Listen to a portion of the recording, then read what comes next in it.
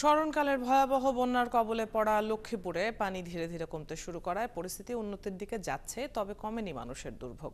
সেই সঙ্গে দেখা দিচ্ছে পানিবাহিত নানা রোগবালাই। সিভিল সার্জন বলছেন, 5টি উপজেলায় 64টি মেডিকেল টিম আছে।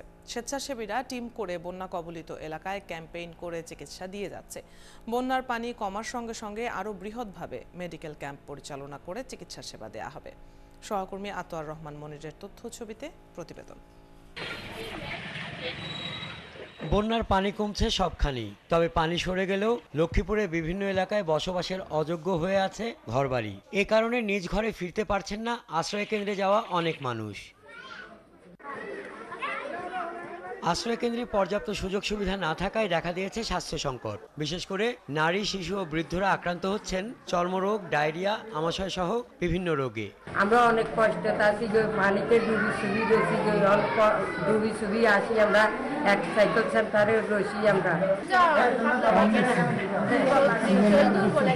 জ্বর, কাফে, কাশানি, অসুখ, আবার এই যে হানি দিদি গেছি ন গেছি, কত বেশি দিন হচ্ছে আমার এই চর্মরোগটা এখন প্রচুর পরিমাণ দেখা দিয়েছে, আর জ্বরে আক্রান্ত হচ্ছে প্রচুর।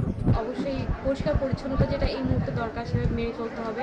যেভাবে যে ওষুধ প্লাস মানুষ প্রাণের যে ওর স্যালাইন, পাতলা পায়খানার সমস্যার প্রকট হয়ে দেখা দিয়েছে, সেই ওর স্যালাইন, তারপর বিশুদ্ধ খাবার পানি, এগুলোরই মেনলি সমস্যা এখন। সেসব মেনে সবাইকে আর কি চলতে হবে।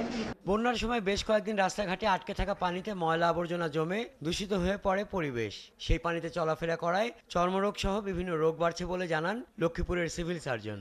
অতিরিক্ত কিছু ওষুধ আমাদের প্রয়োজন, সেগুলির চাহিদা দিয়েছি। এর মধ্যে আমরা ইউনিসেফ থেকে আমরা 50,000 ওর স্যালাইন পেয়েছি। তারপরে আমরা জনস্বাস্থ্য প্রকৌশল থেকে 70,000 পানি বিশুদ্ধকরণ ট্যাবলেট পেয়েছি। এগুলো আমরা মেডিকেল টিমের মাধ্যমে বিতরণ করছি। আর আমাদের কিছু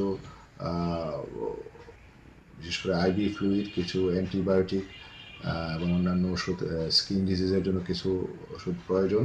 সেগুলির আমাদেরকে আমরা আশ্বাস পেয়েছি, হয়তো 2-3 দিনের মধ্যে আমরা পেয়ে যাব।